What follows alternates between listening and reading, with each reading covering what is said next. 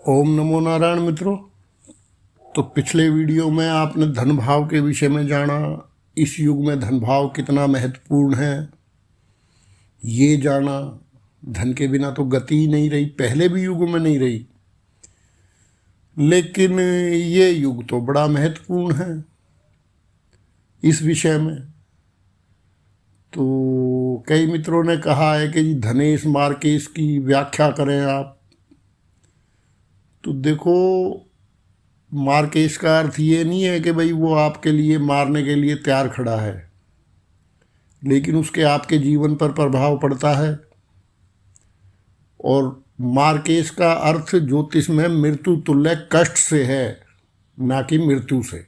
है तो उससे भी, लेकिन मुख्य तौर पे पता नहीं इंसान कितनी बार मरता है यार। धन नहीं है, पैसा नहीं है पास, मेला लगे उदास, तो ये दुनिया के मेले में कहाँ दिल लगता है बिना धन के। और धन है तो अहंकार धन का। तो धन के बड़े साइड इफेक्ट भी हैं। जो चीज़ आपकी सेहत के लिए ठीक नहीं है, जो कर्म आपके लिए ठीक नहीं है, वो कर्म भी करता है इंसान धन के बल पे। धन के बल पे किसी को सताता भी है, किसी का मान मर्दन भी करता है। तो धन के भी विपरीत प्रभाव बहुत हैं, वो फिर बाद में बात करेंगे। तो फिर उनका दंड भी तो भरना होता है ना। खैर, तो बात कर रहे थे धन नहीं है। तो यदि धन नहीं है तो फिर इंसान एक लेवल पे आके अपने नियति समझ के, अपने मेहनत के द्वारा, श्रम के द्वारा, चलो ठीक है, वो अपनी इम्यूनिटी पावर बर्दाश्त कर लेता है, इम्यूनिटी पावर अपने अंदर डेवलप कर लेता है और काफ़ी कुछ सह के अपने शरीर की मेहनत द्वारा वो अपना जीवन यापन कर लेता है। लेकिन धन हो के नष्ट हो जाए मित्रों, बड़ी कष्टकारक स्थिति है। जिसके पास धन है और धन हो के नष्ट हो गया, ये वही जानता है। तो हो गया मृत्यु तुल्य कष्ट, दोनों तरफ हो गया। अगर नहीं है तो भी हो गया, है तो उसकी सुरक्षा की चिंता, और फिर उसका अहंकार, वो भी भविष्य में मृत्यु तुल्य कष्ट का कारण बनता है। क्योंकि धन के साथ व्यसन भी जुड़े हैं, आजकल तो जमाना ही ऐसा है। खैर, तो बहुत प्रकार हो सकते हैं, बहुत चीज हो सकती है। धनेश मार्केश क्यों होता है, साधारण सी 2-4 शब्दों में आपको समझा दिया। तो अब मार्केश तो हो ही गया, धन हो के नष्ट हो गया तो मार्केश तो हो ही गया। वो तो बेचारा पल पल घुलता है, पल पल मरता है बेचारा। जगह जगह उसका मान मर्दन किया जाता है, जगह जगह उसका चीर हरण होता है। चीर हरण की कथा सुनी है ना, क्या हुआ था। चीर हरण में कितने बड़े धर्मराज युधिष्ठिर, कितना बड़ा उनका भजन, कितना बड़ा द्रौपदी का भजन, कितने बलशाली उनके फैमिली, भाई बंद। तो धन के ऊपर पराक्रम आधारित है। शास्त्र बड़ा गहरा है मित्रों, और आपको पल पल शास्त्र में एस्ट्रोलॉजी मिलेगी। तो उसी द्रौपदी का चीरहरण हुआ भरी सभा में, और सब थे वहाँ। बड़े बड़े गुरु भी थे, बड़े बड़े बुजुर्ग भी थे, बड़े बड़े प्रधान लोग थे, लेकिन कोई कुछ नहीं कर पाता जब धन होकर नष्ट हो जाए। चीरहरण सुना है ना। मृत्यु से कहीं अधिक था वो चीर हरण का दृश्य है। तो धन हो के नष्ट हो जाना बड़ा कठिन काम है मित्रों।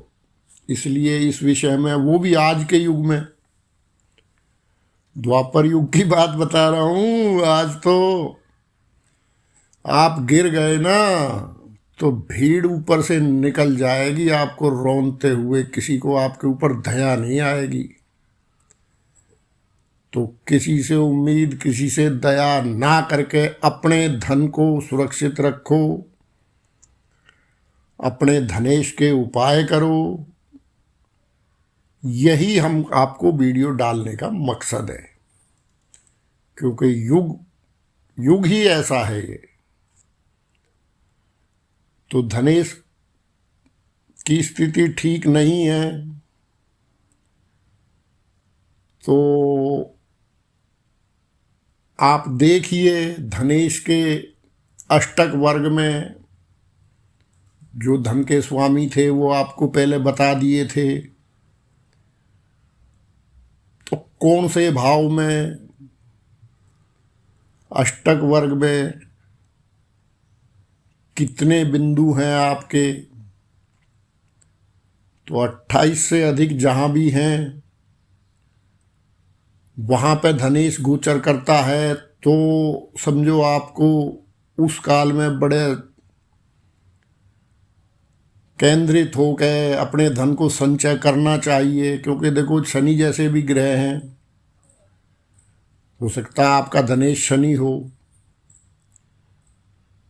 तो इस तरह से बड़ी सावधानी पूर्वक आपको चलना चाहिए अगर यदि आप एस्ट्रोलॉजी को फॉलो करते हैं तो।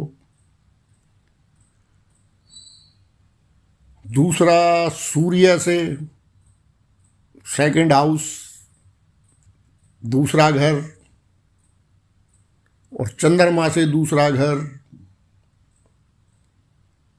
ये भी व्यक्ति के जीवन में धन की तरफ इशारा करते हैं। तो उनका भी यदि आप थोड़ा ज़्यादा दिलचस्पी रखते हैं एस्ट्रोलॉजी में, थोड़ा बहुत आपने ज्ञान ले लिया है, तो फिर आप उनको भी देख लीजिए भाई कहाँ चल रहे हैं, उनकी दशा क्या है, अंतर्दशा क्या है। तो ये आपको सहायक रहेगी। मान लो किसी में बिंदु कम है, अष्टक वर्ग में उस भाव से होकर धनेश गुजर रहा है, तो आपको बड़े ध्यान से, बड़े हिसाब से चलना चाहिए। चाहे आपका धनेश पावरफुल है, चाहे बली है, चाहे नहीं बली है, चाहे अच्छा है, चाहे बुरा है, कुछ भी है, लेकिन वो नुकसान का समय हो सकता है। तो अष्टक वर्ग में आप चेक कर लीजिए, कहीं भी 28 बिंदु से कम है और उस भाव से धनेश गुजर रहा है। दूसरा, कई बार ऐसा होता है कि धनेश का किसी भाव में कोई भी बिंदु नहीं होता है, ठीक है ना। तो वहां भी आप चेक कर लीजिए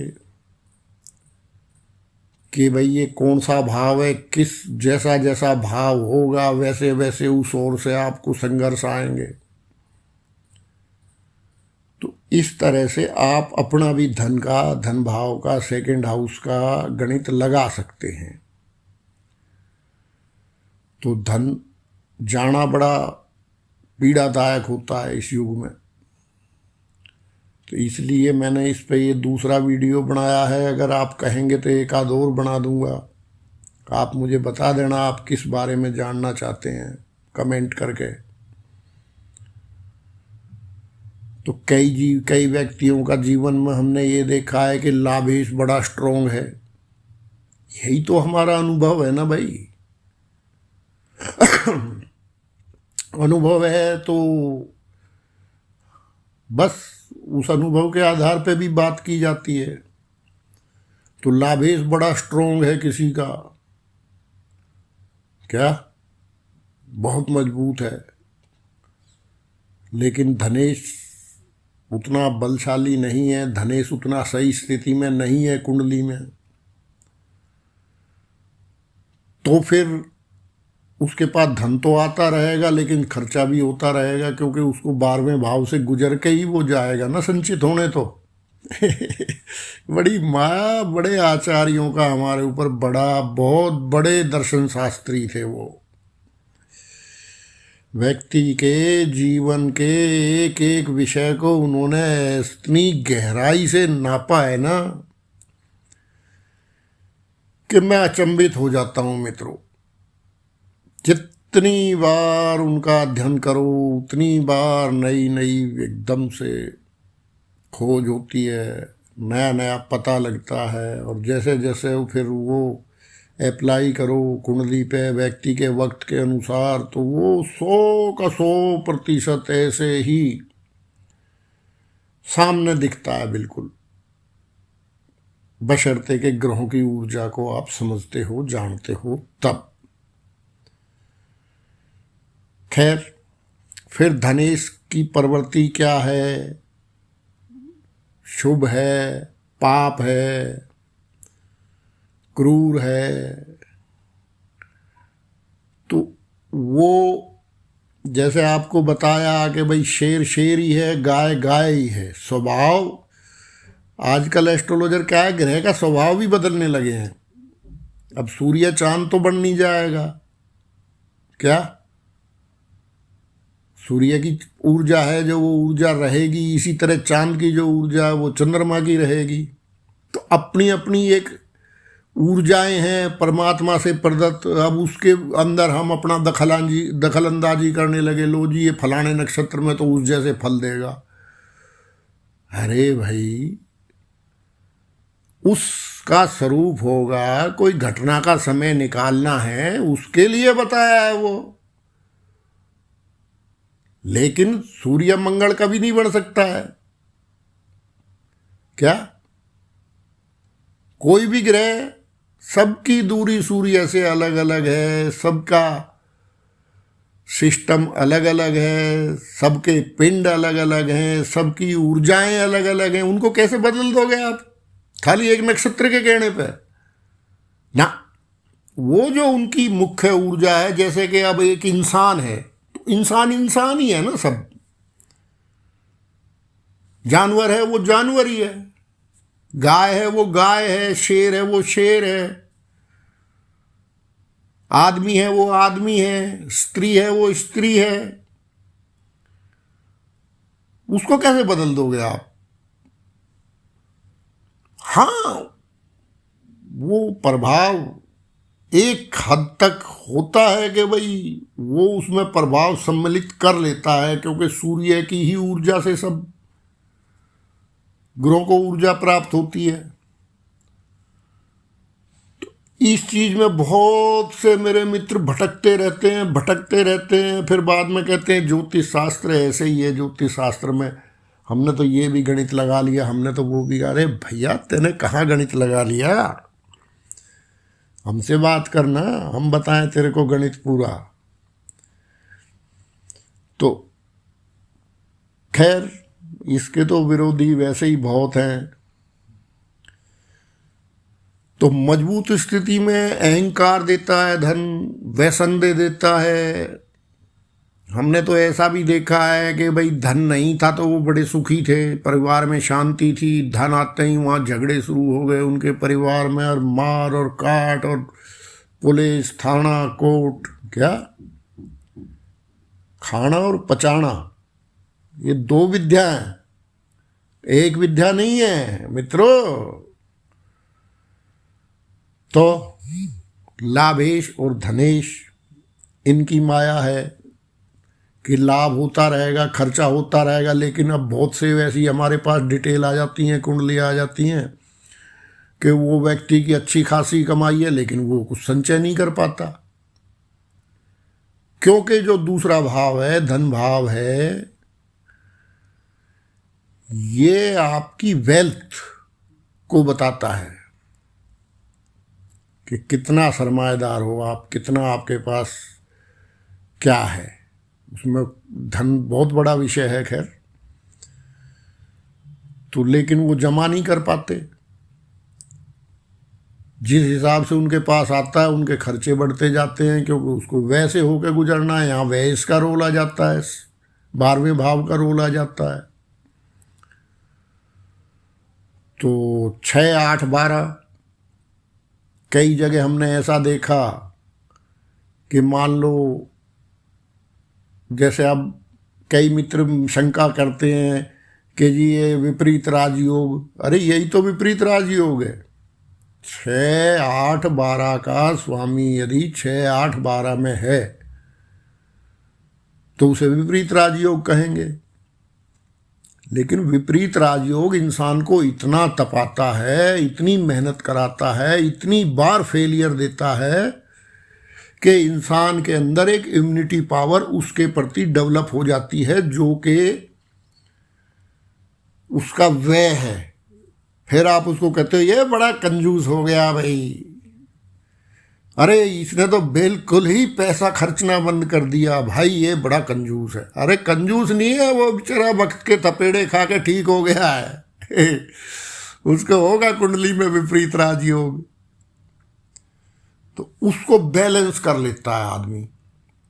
तो 6ठे भाव का स्वामी 6ठे में हो, 12वें का 12वें में हो, 8वें का 8वें में हो, तो ये उत्तम को क्वालिटी का 100% राजयोग है। यदि 2 हों 6, 8, 12 में से अपने अपने घर में, तो ये मध्यम क्वालिटी का विपरीत राजयोग है। और 1 हो तो ये साधारण है, कहीं भी हो 6, 8, 12 में, ठीक है ना। अपने में हो तो थोड़ा और अच्छा होता है, क्योंकि साधारण के भी ऐसे ही आप 2-3 स्टेप मान लो, मध्यम के भी 2-3 स्टेप मान लो, और उत्तम के भी 2-3 स्टेप मान लो। इस तरह से ये विपरीत राजयोग। अब विपरीत राजयोग में हमने देखा है, मान लो किसी का 6ठे भाव का स्वामी मजबूत है, धनेश कमजोर है, तो उसको पैसा मिलता रहेगा, मिलेगा वो कर्ज के माध्यम से, मिलेगा वो कर्ज के माध्यम से। लेकिन उसको जब जब समस्या आएगी उसको पैसा मिलता रहेगा, और पैसा मिलता रहेगा। वो अपना बहुत से फेलियरों के बाद वो उसके अंदर एक पावर डेवलप हो जाएगी, क्योंकि वो कई बार उस चीज में मार खा चुका होता है, उसको अनुभव हो जाता है। ये अनुभव सबसे बड़ा है। अगर आपकी कुंडली में विपरीत राजयोग है और आपने अनुभव नहीं लिया, तो फिर बेकार है सब, फिर कुछ नहीं हो सकता है। तो इसी तरह से 8वां भाव है, पहले बिल्कुल साफ कर देगा। मृत्यु तुल्य कष्ट का भाव है, बिल्कुल झाड़ू पोंछा लगा के आसपास कुछ नहीं छोड़ेगा। जब आदमी के पास कुछ नहीं रहता है तो वो पीछे मुड़ के देखता है कि भाई तेरा पीछे भी कुछ रह गया है क्या। फिर वो अपने पुराने पेपर वगैरह चेक करता है, क्यों अष्टम वालों किए है ना। तो वैसे पुराने समय में बोल देते थे गड़ा धन, तो उस टाइम में धन को गाड़ के ही रखते थे। तो इस तरह से अगर मान लो अष्टमेश, क्योंकि ये सीधा धन भाव को प्रभावित करता है, और धन भाव और ये समसप्तक है एकदम। तो कोई आपका, जैसे आजकल तो धनवन गाड़ के रखते नहीं लोग, लेकिन पुराने ज़माने में आचार्यों ने ऐसे ही बताया है। तो कोई आपकी प्रॉपर्टी है, छूट गई थी बुजुर्गों की, जिसके प्रति अब आ गए, शहर में आ गए, काम धंधे में लग गए, भूल भाल गए क्या, तो ऐसी चीज के प्रति फिर इंसान जब पीछे मुड़ के देखता है तो वो फिर वहीं देखता है। और अगर अष्टमेश सही है तो उसको मिलता है। तो ये अष्टम भाव का है। फिर किसी इंश्योरेंस से भी मिल सकता है, या किसी रिश्तेदार से भी मिल सकता है, मान लो उसके संतान नहीं है या कोई कुछ भी हो सकता है, वो बहुत बहुत तरह के कारण और महाकारण बहुत हैं। तो इस तरह से ही है, और गड़ा हुआ भी मिल सकता है भाई। हालांकि मैं इन विषयों को छेड़ता नहीं, लेकिन क्या है कि विपरीत राजयोग में जब व्यक्ति की अकल ठिकाने आ जाती है ना, कई पूछते हैं मित्र भाई विपरीत राजयोग की व्याख्या करो। भाई विपरीत राजयोग नाम से ही है। जब सब तरह के धक्के खा के, सब तरह के पापड़ बेल के, सब तरह की चेष्टाएं करके इंसान की अकल ठिकाने आती है, तो विपरीत राजयोग उसको बोलते हैं। फिर वो इंसान उसके प्रति इतना सेंसिटिव हो जाता है, जिस चीज़ में उसने मार खाई है, जहाँ उसने जो जो भुगता है वो नहीं भुगतना चाहता, फिर वो तो उसके प्रति बड़ा संवेदनाशील हो जाता है इंसान। और ये हो गया विपरीत राजयोग। ठीक है, तो हमारे महान आचार्यों ने इसे राजयोग कहा है, विपरीत राजयोग। विपरीत क्यों कहा? विपरीत इसीलिए कहा भाई, ये बड़ा तपा के कुछ देता है, तो जब तपा के देगा तो इंसान को उसकी वैल्यू भी पता होती है। और जब उसकी वैल्यू पता होती है तो इसी तरह से छठे भाव से भी है कि वो बार बार कर्जा लेगा, कुछ बनेगा, कुछ बिगड़ेगा, फिर लेगा, फिर, लेकिन एक दिन वो इतना सेंसिटिव हो जाएगा। इसी तरह वह भाव का भी है, 12वें भाव का खर्चे का, जिसे मैंने पहले बताया कि जिसे आप लोभी, मुंजी, क्या इस तरह से कह के आप ऐसी ऐसी संज्ञाएं, लालची, एक पैसा खर्च नहीं करता, चमड़ी जाए पर दमड़ी ना जाए, इस तरह से आप कहते हो, तो वो ऐसे थोड़ी था वो। लेकिन विपरीत राजयोग ने बेचारे को थपेड़े खा खा के ऐसा बना दिया। बड़ी जीवन के महत्वपूर्ण विषयों का, प्रत्येक विषय का जिस गहराई से हमारे महान आचार्यों ने अध्ययन किया है, जो उनकी उसके पीछे दर्शन है, वो जीवन का संपूर्ण दर्शन है।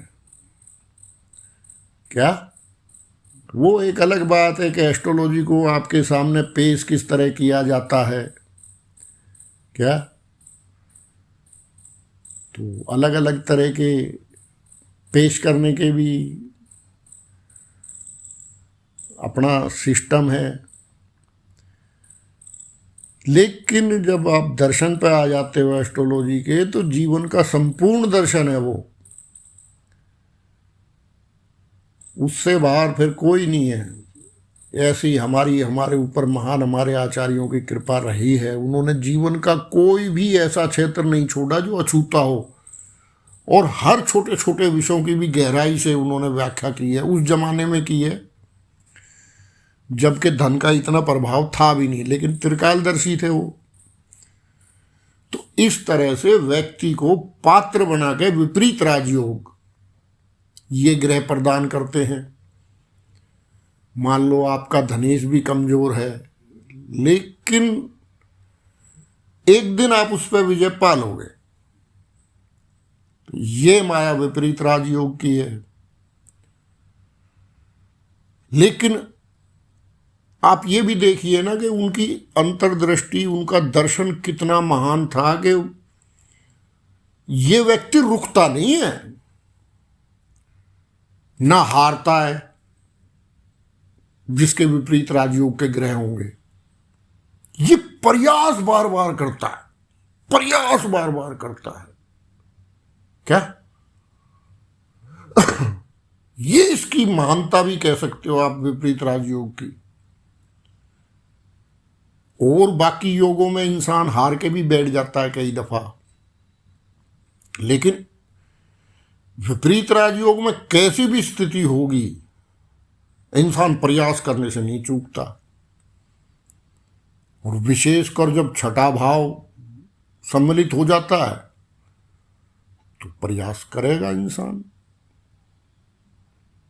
तो इस तरह से आप धनेश को भी छोड़ दो, लाभेश को भी छोड़ दो, अन्य ग्रहों से भी, अन्य भावों से भी। ऐसा नहीं है कि आप धनवान, धनेश आपने देख लिया, मैंने बता दिया जैसे आजकल चल रहा है, क्या वो नहीं। आप चंद्रमा से भी देखो, आप सूर्य से भी देखो, फिर आपका और बाकी योग हैं। अभी वीडियो बहुत लंबी हो गई, फिर इसके विषय में फिर बात करते हैं। क्या बात है। ओम नमो नारायण।